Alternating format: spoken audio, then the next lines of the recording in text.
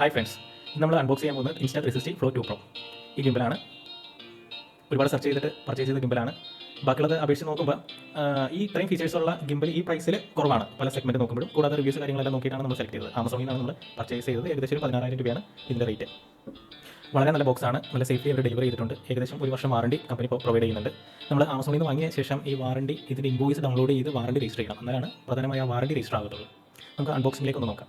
അപ്പോൾ അൺബോക്സ് ചെയ്യുന്ന സമയത്ത് നമുക്ക് അതിൻ്റെ കുറച്ച് ഫീച്ചേഴ്സും കൂടി കാണാം. എന്തൊക്കെയാണ് എന്നെ അട്രാക്ട് ചെയ്ത ഫീച്ചേഴ്സ്? ഒന്ന് AI ട്രാക്കിംഗ് ഉണ്ട്. അതായത് ഒരു ഒബ്ജക്റ്റോ ഫേസോ അല്ലെങ്കിൽ ഒന്നിൽ ഒരാളെയോ അല്ലെങ്കിൽ ഒന്നിൽ കൂടുതൽ ആൾക്കാരെയോ അല്ലെങ്കിൽ ഏതെങ്കിലും ഒരു അനിമലോ അല്ലെങ്കിൽ എന്തെങ്കിലും സാധനം നമ്മൾ ഫോക്കസ് കൊടുത്തു കഴിഞ്ഞിട്ടുണ്ടെങ്കിൽ ആ ഫോക്കസ് ഇത് വിടില്ല. അപ്പോൾ നമുക്കൊരു എന്തെങ്കിലും ഒരു മൂവിങ് ഒബ്ജക്റ്റ് ആണെങ്കിൽ പോലും നമുക്കത് ട്രാക്ക് ചെയ്ത് കറക്റ്റായിട്ട് നമുക്ക് ആ വീഡിയോ ഷൂട്ട് ചെയ്യാനായിട്ട് സാധിക്കും.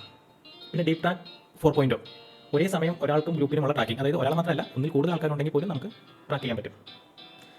ഇതുകൂടാതെ സെൽഫി മിറർ എന്നുള്ള ഓപ്ഷൻ ഉണ്ട്. അതായത് നമ്മൾ ഈ ഗിംബൽ ഒരേ സമയം തന്നെ നമുക്കൊരു ട്രൈപോഡ് കൊണ്ട് സെൽഫി സ്റ്റിക്കോ ആയിട്ടും യൂസ് ചെയ്യാം. അപ്പോൾ സെൽഫി സ്റ്റിക്കായിട്ടോ യൂസ് ചെയ്യുന്ന സമയത്ത് നമുക്ക് വേണമെങ്കിൽ നമ്മുടെ ഫേസ് കറക്റ്റായിട്ടാണോ വരുന്നത്, ട്രൈപോഡായിട്ട് യൂസ് ചെയ്യുമ്പോഴും നമുക്ക് ഫേസ് നമ്മൾ കറക്റ്റായിട്ടാണോ ആ ക്യാമറ ഫോക്കസ് ചെയ്യുന്നത് എന്നുള്ളത് കൂടെ നമുക്ക് അറിയാൻ പറ്റും. ആ സെൽഫി സ്റ്റിക്കായിട്ട് യൂസ് ചെയ്യുന്നതിൻ്റെ ഒരു പിക്ചറാണ് നമ്മുടെ ബോക്സിൽ കൊടുത്തിരിക്കുന്നത്. ഞാൻ വാങ്ങിയ ഗിംബൽ ഒരു ഗ്രേ കളറാണ്. പെട്ടെന്ന് മുഷിഞ്ഞ് കഴിഞ്ഞാൽ അറിയാതിരിക്കാൻ വേണ്ടിയാണ് ഗ്രേ ആയിട്ട് വാങ്ങിയത്. പക്ഷേ നല്ല പ്ലാസ്റ്റിക് ക്വാളിറ്റി ഒക്കെ ആണെങ്കിൽ വളരെ നല്ലതാണ്. കൂടാതെ നല്ലൊരു ഹാൻഡിയാണ് ആ ഗിംബൽ. കൂടാതെ ഇതിലൊരു വേറെ ഫീച്ചറും കൂടി എന്നെ അട്രാക്ട് ചെയ്ത ഫീച്ചറാണ് ജസ്റ്റ് കൺട്രോൾ.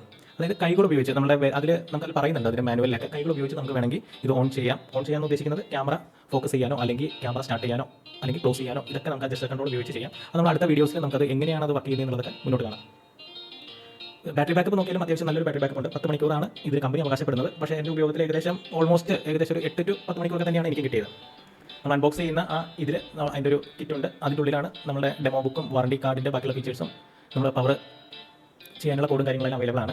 പക്ഷേ അഡാപ്റ്റർ അതിൽ ലഭ്യമല്ല, നമ്മൾ സ്വയം വാങ്ങേണ്ടി വരും. വേറെ നല്ലൊരു പൗച്ചും കൊടുത്തിട്ടുണ്ട്. കാരണം അതിൻ്റെ കളറൊന്നും ഫീഡാകാതെയും ഗിംബൽ നമുക്ക് പോക്കറ്റിലിട്ട് നടക്കുമ്പോൾ അങ്ങോട്ടും ഇങ്ങോട്ടും എന്തെങ്കിലുമൊക്കെ ഒന്ന് തട്ടമുട്ടലുണ്ടെങ്കിലും അത്യാവശ്യം ഒന്ന് സേഫായിട്ട് പോകാനായിട്ട് ഒരു 360 തിങ് ബോൾഡ് എന്നുള്ള ഒരു എംബ്ലോം കൂടി അതിൽ പ്രൊവൈഡ് ചെയ്തിട്ടുണ്ട്.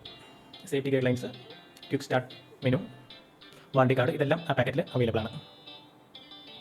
വളരെ നല്ല പാക്കിംഗ്, നല്ല ഒതുക്കത്തോടു കൂടിയാണ് എല്ലാ സാധനങ്ങളും വെച്ചിരിക്കുന്നത്. പിന്നെ ആൻഡ്രോയിഡും iOSും നമുക്ക് ഈ ഗിംബൽ യൂസ് ചെയ്യാം. iOSിലാണ് കൂടുതൽ ഫീച്ചർ സപ്പോർട്ടിങ്. പക്ഷേ ആൻഡ്രോയിഡിലും പിന്നോട്ടൊന്നുമില്ല. നമുക്ക് അത്യാവശ്യം ഒരു ബിഗിനേഴ്സിനൊക്കെ ഉപയോഗിക്കാവുന്ന ടൈപ്പ് ഉള്ള എല്ലാ ഫീച്ചേഴ്സും ആൻഡ്രോയിഡിലും അവൈലബിൾ ആണ് ഇതിൽ.